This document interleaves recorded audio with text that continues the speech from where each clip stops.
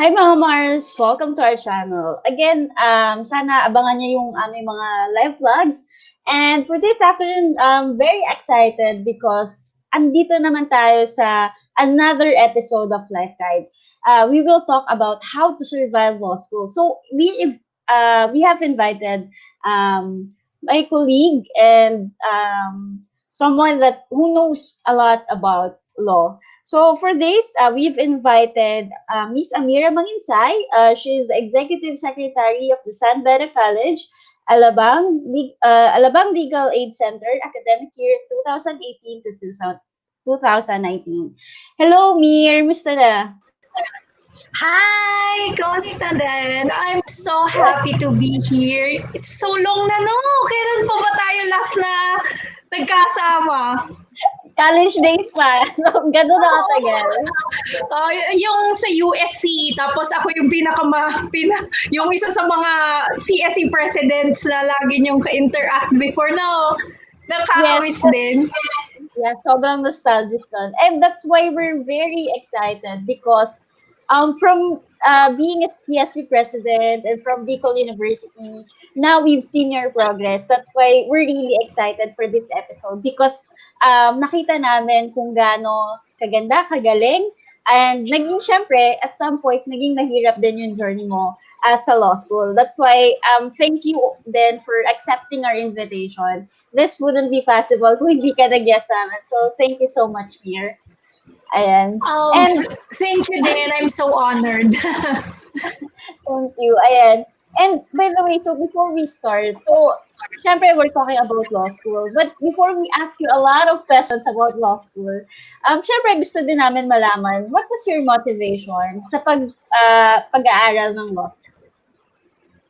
Well, I think I started out nung high school pa. I really like to debate kasi I started in second year high school. I started debating and na-feel ko that it's really something that I'm really passionate about. Yung to argue, to give proof or reasons regarding things that that I find reasonable na yun yung bagay na pinapaniwalaan ko. So, it's something na nagustuhan ko. And of course, my family din. At some point, parang feeling ko kailangan kong protektahan yung family ko because growing up with only my mom and my sister most of the time, parang there's a need na I want to protect them. I want to defend them. But hindi ko naman kaya makipagsuntukan physically. So I needed to learn my strengths and use that to protect my family. So yun, kaya I was motivated to go to law school because I find that I have strength in my words and I have strength in reasoning. Oh, that's actually very powerful and very empowering reason for some people, for the young people who are actually watching right now, na ma-encourage sila kasi talaga totoo yan naman, no, when you don't have the physical power, you actually have you can gain other means para to protect our families, and that's really amazing to hear na ganyan. And actually, ang dami kong naalala na guys, nakita ko talaga yung debating skills mo. And everybody knows that when we were in college. And sobrang saya lang because now you're really using it in a more progressive, in a more legal way. At nakakatuwa because we're very excited for your journey. So, ayan. Thank you. Yes. Thank you for sharing your story. Now with this, syempre, of course, talking about your story, now, we would like to know what are the requirements needed for us to be able to attend law school? Yeah, so when you want to enter law school, hindi lang siya basta yung tipong mag-enroll ka eh. There is a certain policy or rule that dictates how you need to enter law school. So that is found in Rule 138 of the Rules of Court, Section 6. So if I may just read it, mabilisan lang. So Right. Section 6, pre-law. No applicant for admission to the bar examination shall be admitted unless he presents a certificate that he has satisfied the Secretary of Education that before he began the study of law, he had pursued and satisfactorily completed in an authorized and recognized university or college, requiring for admission thereto the completion of a 4-year high school course. The course of study prescribed therein for a bachelor's degree in arts or sciences with any of the following subjects as majors or field of concentration: political science, logic, English, Spanish, history, and economics. So, di ba, Okay. napaka-complicated niya. So, let's break it down na para mas simple siya. So, you need to remember 3 things if you want to go into law school. First is you need to complete a bachelor's degree. So, Mm. dapat it's a 4-year course from college, and it should be finished from an institution recognized by the government and authorized by the government. Next is the admission to the college degree must require a high school course. Kung natapos mo yung pagiging high school mo in 4 years time, Mm. dapat Okay. may high school diploma ka. And third is that bachelor's degree that has subjects or majors regarding pol sci, logic, English, Spanish, history, and economics. Pero ano sa law schools ngayon, hindi kasi 'di ba it's really traditional for people to think na if you want to go into law school, you need to finish English or political science courses. Yeah. So, ideally, yes. Pero ngayon, the law schools are now given the freedom to accept students as long as they have substantial units of these particular fields. So, basta Mm. meron ka nabuo yung units na required ng school of choice mo, pwede kang pumasok. So, I had classmates na nurses, engineers, CPAs. So, pwede siya basta nakatapos ka ng 4-year na bachelor's degree. Yeah. Ayun. So kahit education, like you can enter law school then. Yeah, definitely. I have teachers na classmates ko when we were in first year, and some even graduated na they are already PhD holders, but they opted to Wow. go into law school. Yes, and I think it's wise if they really want to learn more. So yeah. And ano pala, especially right now, isa sa mga nakakakaba sa mga aspiring law students is yung PhilSat, right? Have you heard of Yeah. that? Yeah, I've heard that. Mhm. Parang before you enter law school, you have to take that exam, right? Yes, the PhilSat is actually patterned to LSAT of the United States. So, just the background, LSAT is known as the law school admissions test, and parang pinattern yung PhilSat doon. The thing is, last year, September 10, 2019, in the case of Pimentel versus Legal Education Board, the Supreme Court in its 108-page Oo. decision, so sobrang haba niya, Haba. oo, ni-struck down ng Supreme Court yung PhilSat. So, for being unconstitutional, for violating institutional academic freedom. So, sabi ng Supreme Court, hindi lang siya for regulatory purpose or supervisory purpose ng Legal Education Board, rather it's violative of the institutional academic freedom of law schools in the Philippines. So, yung case silent siya sa idea kung ang PhilSat ba is an integral or essential part to be admitted into law school. But majority of the separate opinions of the associate justices would reflect that it is just an optional law admissions test. So if you want to enter law school now and you don't want to take the PhilSat, it's fine. If you want to take the PhilSat para alam mo yun, additional boost na I can do this, ganon, pwede naman. You can take the PhilSat and attach it to your requirements into your law school of choice. Yes. Okay. Thank you so much for that. Kasi, syempre, ang dami pa rin siguro magtatanong kung is it like, narinig ko nga yung case na yun eh. Pero it's important din na nagkaroon ngayon ng clarity. And thank you for giving us that information.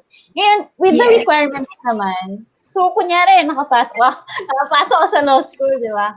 So, can we study and work at the same time? Can students do that? Or kailangan focus ka talaga sa studies mo?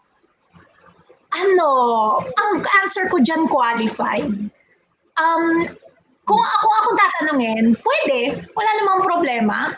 Pero, if you have the capacity and meron ka namang ability to go into full-time studying in law school, I would highly recommend and encourage that. Kasi, law school talaga is not an exaggeration na mahirap siya. As in, I haven't found one law student or a lawyer right now who would say na nadalian lang sila ng law school. It will be really hard. And juggling two things at the same time, work and law school, it's gonna be hard. So, kumbaga, if you want to enter into law school and your parents would say na we'll support you anak, go and just study, go for that. Pero kung you're self-sufficient na you just want to do it on your own, pwede naman, but you have to be ready na hindi ka gagraduate sa timeline na you have set for yourself na 4 years. Kasi ideally, 4 years dapat sa law school. Pero kahit nga yung full-time students sa law school, tumatagal ng 5 years, 6 years, ganon. Mas matagal pa. So you need to set that na parang okay, I'm gonna work but maybe I will not graduate in 4 years time.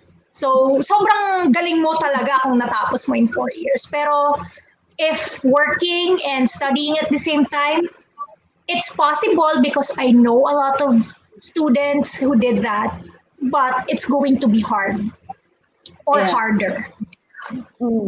At least merong set of expectations din. Kasi mahirap naman that we give them unrealistic details about it. At least we know, diba? Parang, okay, it's gonna be hard. So, am I willing to take the risk? So, isa pa yun. And sabi mo nga, Mayor, naging mahirap yung experience mo. So, I'm gonna proceed with my next question. How did you survive law school? Ang dami kong ginawa para sa mag-survive sa law school. As in, sobrang hirap niya literal. So, but I think there were 3 things that I keep on doing whenever I feel na nandun ako sa mga valley parts of my law school life. The first would be the Benedictine lesson that San Beda instilled to me. That's ora et labora, which translates to prayer and hard work. Doon ko na-realize na hindi pwedeng work lang, hindi lang study. Kailangan mo din talaga ng dasal. As in, kailangan mo ng malakasang faith. Kailangan mo na talaga ng, kailangan mong kumapit at some point sa mas malaki sa'yo, sa mas powerful sa'yo. Kasi it should work hand in hand, prayer and hard work. So that's ora et labora. The next one is I always go back to my why. Why did I start law school? Why did I enter law school? Kasi if you do not know your why, hindi clear sa'yo, or if it's something na externally na binigay sa'yo, yung yung dinikta ng parents, or dahil feeling mo, naku-curious ka lang sa law school, ano bang ginagawa dyan, or ayaw mo pang magtrabaho, kaya nag-proceed ka muna ng law. most probably mas mahirap mag-survive. Na gano'n, na hindi klaro sa'yo, hindi sa'yo mismo nanggagaling yung reason or the why you entered law school. So it should be something concrete na meron ka para pag sa time na talagang gusto mo nang bumitaw, may babalikan ka. Ayun. And last, I think, the one that kept me going in law school and how I survived it is to do something that is entirely not law school related. Hindi siya related at all. Like, ako when I was still in law school, in my earlier years, I always give the weekend, pag wala akong Saturday class, or at least the Sunday or half of my Saturdays and Sundays, to going to church. I would, I started in the kids ministry. I teach little children the Bible, ganyan. And eventually I transitioned to the music ministry. And it's something that I would do na every weekend or every Sunday. Na parang sa araw na yon hindi ako law student. Sa araw na yon, sa araw na yon, I'm just going to sing. I'm just going to be someone who I am in the presence of my spiritual community, in the presence of the Lord. So parang, alam mo yon, yung hindi, walang pressure na magpaparecite ako dito. Walang exams. Ganun. At saka pag sinabing sem break, sinabing, kunwari, di ba, holidays or sem break, if you have the time to go do something na it's not law related, do it. As in, it's a mind refresher talaga. Like I do traveling pag break, yung sem breaks and holidays, yung long weekend, like ano ba, yung mga Holy Week, ganyan, yung mga mahahabang time. I always give time to travel somewhere, even if it's locally or abroad. Kasi just to flush out the law related stuff for a moment, tapos laban ulit pagbalik, parang gano'n. So those are the three things that I kept doing to survive law school before. Yeah, and I think it's very helpful kasi, separating yourself from what you're actually doing almost every day of your life. You really have to get out of it and like just be free and just think of yourself because wala namang mas than to give time for yourself and do what you love and what you think is best for you. Kasi talaga nakakapagod, nakaka-drain, mahirap. Yes. It's not easy study, di ba? Like other courses, syempre, iba yung bigat, yung recitation nga lagi. Pag meron ako mga friends na nag-take ng law, they're gonna tell me about their experiences, like recitations, like talaga, they're very sweaty. Alam mo yun, doon na naman confident. Pero kasi, syempre, mahirap naman talaga eh. You have to really make sure that you're ready. And it's something na, ang saya lang na narinig ko from you because I know for sure a lot of young people would actually do what you've advised them, and it can help them talaga. So with that, so syempre sinabi na natin how did you survive it? Ano naman yung mga study tips mo for people who are interested in entering law school? Study tips. Usually, pag may nagtatanong yan sa akin, ang lagi kong sagot, ano yung what works for you, ganon. But for now, I think I can give 3 tips. Na first would be find your rhythm and stick to it. What do I mean by rhythm? Parang kasi iba-iba tayong tao eh. Like for example, ako, when I study, I find my mind works better paggabi. Mas sharp ako mag-isip paggabi. So I tend to study ng gabi or hapon. Some people naman, they can study in the morning, minsan madaling araw. Tapos yung iba gusto ng may sounds. Ako personally gusto ko lang ambient sound, yung tunog ng electric fan, tunog ng AC, tunog ng aso ko. Ganun lang yung gusto kong sound. Pero ayoko ng iba na kunwari rock or my favorite music or something, di ba? So iba-iba kasi tayo ng timpla. So for me, you need to find that rhythm. What works best for you? And if you think na okay pala na dito ako nag-aaral sa coffee shop or sa ganitong place or sa library, then stick to that. At saka depende din sa season mo eh. Kasi kunwari, nag-work ka, di ba? Paano mo naman talaga, hindi ka naman talaga makakapag-aral while you're working. I tried that before. I studied and I worked for a time. It's really hard na parang you're in the office and after office, kailangan mong magpahinga ng kahit konti, tas you need to read again. So, you need to find that rhythm na applicable sa iyo so that you could study better.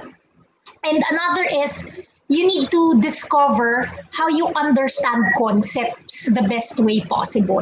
Kasi yan yung nahalata ko sa law students. Ang ano kasi, ang perception ng maraming tao pag law, kailangan memorize mo, marunong ka Totoo. mag-memorize. Di ba? Na parang, uy, Totoo. maglulok ka na. Naku, kailangan magaling ka mag-memorize. Ako hindi. I mean, when I was in law school, ang ginawa ko is I understood the concept.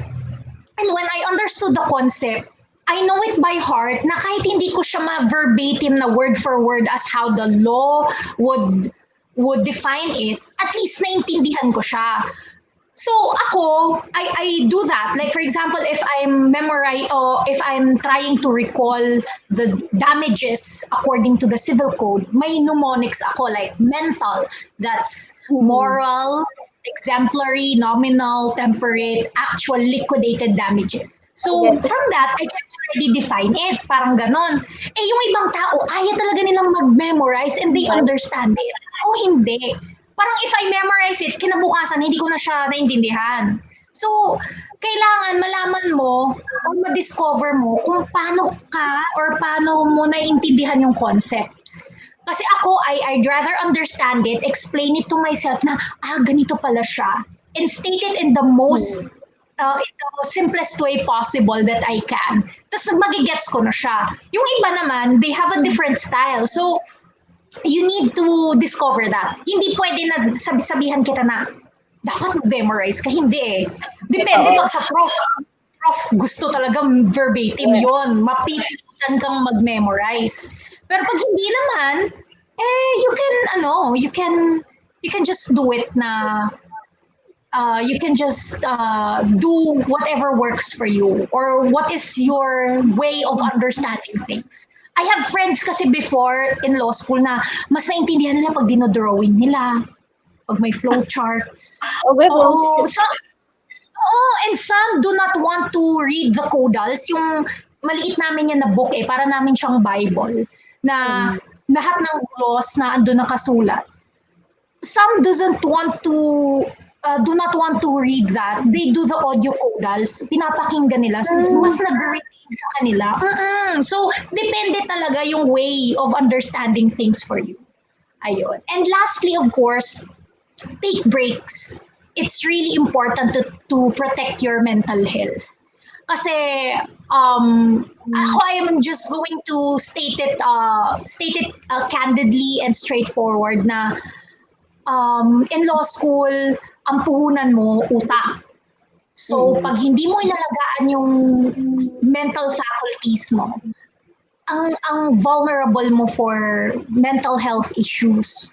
And just a few years ago, I think, two of our law students took their lives because they weren't able to, to surpass or go beyond the issues that they had. So parang for me, take breaks and you should not beat yourself up when you take that break. Kasi kahit naman hindi law student, kailangan din talaga natin in general ng breaks, di ba? How much more the law student na yung puhunan mo talaga in life is to have your brain in perfect condition. So, yeah, those are the three things I think, the study tips that I can give someone who's interested in entering law school. Yeah, ang ganda no kasi talaga at the end of the day, we really have to take good care of our minds because that's what works for us eh. Paano pag nag-breakdowns ka, di ba? I mean, it's okay to have breakdowns, but at the same time, you give yourself time na parang, okay, stop muna. I'm gonna put the books na parang set aside ko muna. Just gonna focus on myself. Then I'll do this again. Kasi medyo mahirap yung mahirap yung law school talaga. I mean, I can't imagine. Ako pa nga, hindi ako nag-law school. Nahihirapan ako for my friends. Ayun, nag-agree nga yung aso ko, di ba? Oo. Nag-agree siya. Ayun. Yeah. And with that, how do you sit for your exam? Is it like the same as everybody else, or is it like a lot more difficult? Sorry. About your exams, how did you cope with your exams? How did I cope up with my exams? Siguro, first, what I do is, I take one subject at a time. As in, one subject at a time. Kasi in San Beda, I don't know sa other schools but in San Beda kasi, for midterms and finals, we only have 1 week for the entire for our entire subjects to happen na lahat ng subjects namin iti-take namin in 1 week. So, ibig sabihin, every day, walang paltos yan, may exams ka. So, ang technique ko is kung ano lang yung subject for today or subjects, I would focus on that. Saka ako naiisipin yung susunod. Kasi if parang alam mo yun na meron ka pa nga sa plate mo, nakatingin ka na sa ulam somewhere else. So hindi mo siya matatapos. So at saka ang hirap na hati yung utak mo na you're studying for an exam now and you're already thinking of the exam for tomorrow. I suggest that you need to take it one subject at a time. And of course, yun nga, you don't neglect your health. Kasi I observed it na most of the law students, ako personally, I experienced this. Na parang pagdating ng midterms and finals namin, dun ako nagkakasakit. Kasi dun bumababa yung immune system ko. So you need to really don't neglect your health. You need to rest. You need to pray. And you need to prioritize kung ano dapat yung aralin mo. Ako, before ang technique ko, lagi kong tinitingnan yung school calendar. And a month or 2 weeks before the scheduled exam, pinaplot ko na yung mga coverage na dapat aralin ko sa araw na to. So that pagdating ng exams itself, hindi ako bombarded na aaralin ko siya in 1 day or 2 days kasi talagang mapapagod ka. As in mag-break ka while you're having your exams. And there was even one time na nag-exam ako, nilalagnat ako, pero alam mo yun, lang, sa deathbed lang ang pwedeng maging rason na hindi ka mag-take ng exam kasi it's really for us. Totoo. So, and siguro, in coping with your exams, you need to surround yourself with eager people. Why do I use the eager, hindi positive? Kasi, ang hirap, ako personally, I don't like toxic positive people na parang hindi na realistic yung ano nila hindi na realistic yung approach nila on matters. Ang law school talaga, kahit bali-baliktarin mo, it's really hard. So, hindi mo siya pwedeng i-downplay na, okay lang yan, kaya yan bukas, ganon. So, I stick to people na sasabihan ako na, alam mo, mahirap to Mir, ang hirap ng subjects na susunod natin, pero tara, let's do this para matapos na to. Yung ganon. Mas maganda yung ganong tao na they acknowledge the reality and yet they want to do something about it. So, yun yung masasabi ko na that's how I coped up with my exams before. It's pretty cool, grabe. Kaya naman, since you've shared all of these hardships, what are your message to aspiring law students? My message, ayun nga, siguro, you really need to know your why. And I really suggest that yung reason mo in entering law school should be really concrete. It should be something coming from you. Na parang hindi napilitan, hindi dinikta sa'yo na dapat, pumasok ka sa law school kasi bagay sa'yo. Hindi yung dahil lang sa ganong bagay. It should be something na parang, I want to go into law school.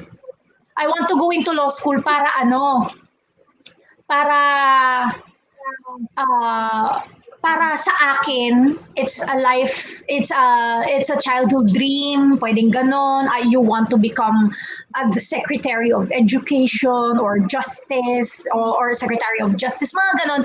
Kung yan yung dream mo, it should be something coming from you alone. Ako, I really suggest na ganon. You really need to have a concrete idea of where you want to go and why you want to enter law school.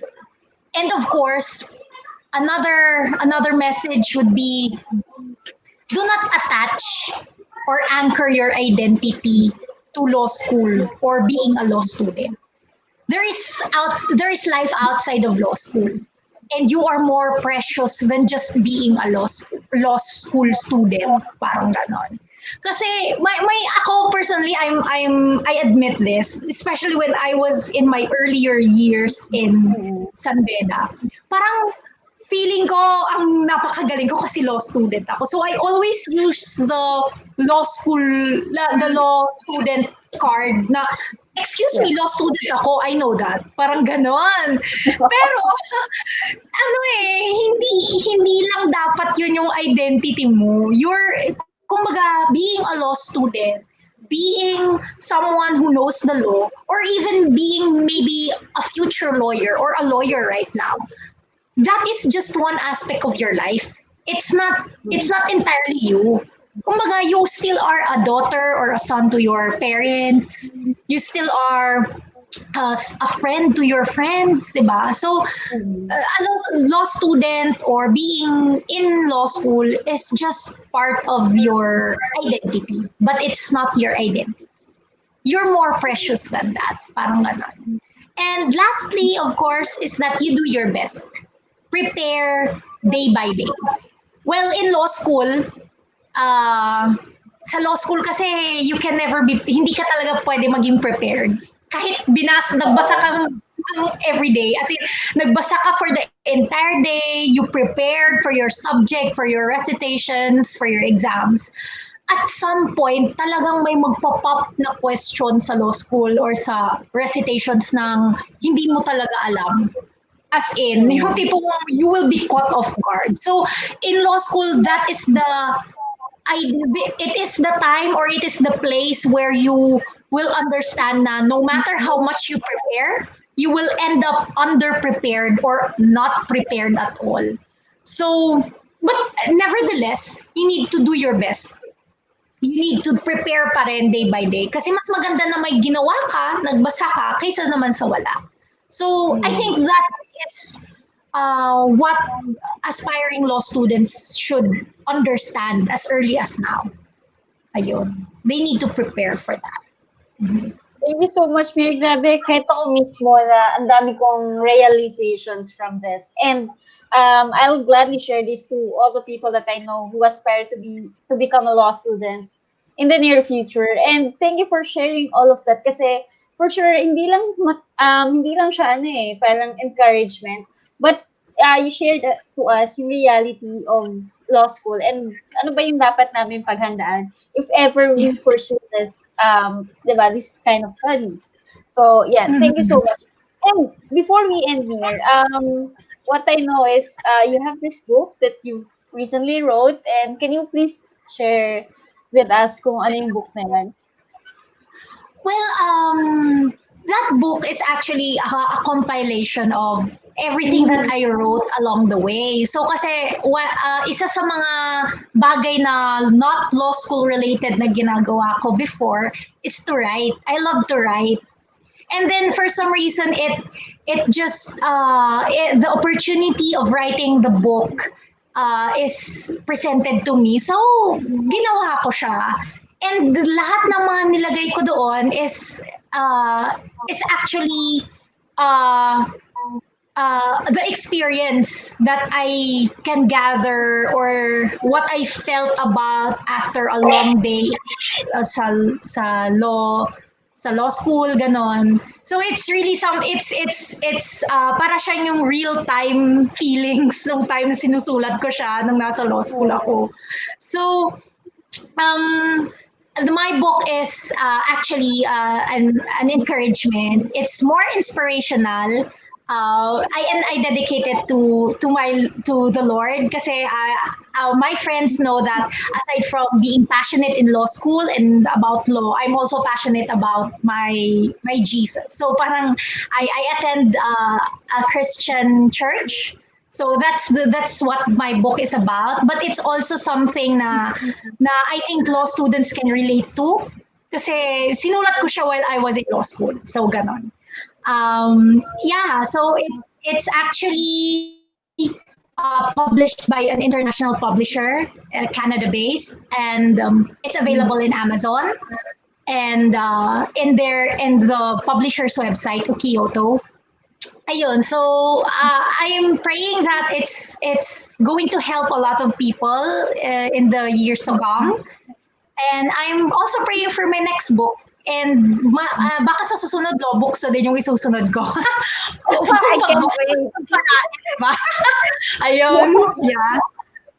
And yan pala yung book ni Mir. I can see it in the screen. So if you want to avail that, it's available in Amazon. We're also gonna post the link in this video. Ilalagay namin yung link for you to be able to access this. And we're also gonna share this on our Facebook page. And si Mir pala, she also has a Facebook page. You just have to go at Mir Manginsay. Am I right, Mir? Yes. Yeah, so you just have to Yeah. visit her page and then yung books niya and yung other details and other links. But again, we're gonna post it and promote it in our social media sites as well. Thank you so much, Mir. I really had fun for this discussion and I hope to see you soon. Yes, and thank you so much too for inviting me. This is such a great experience, and I enjoyed doing this thing. Actually, it's really refreshing. Na parang dati pagod lang ako sa law school ngayon. Nag-share na ako ng paano ako napagod sa law school, di ba? So, ayun. Thank you for inviting me. I really appreciate it. Yes, and we're praying for your bar exams. We're really hoping the lahat ng best para sa'yo. And syempre, we're always here for you the best way we can. And maraming salamat and I'll see you soon, Mir. When everything's better Yes. na, when everything's fun na, wala na, tapos na. Alright, and again, Yes. maraming salamat for pagsubaybay po sa lahat ng viewers namin. Again, this is Nick Maravillas and I have Mir Manginsay. We're saying goodbye. Thank you so much. Bye, everyone. Thank you. Bye. Bye.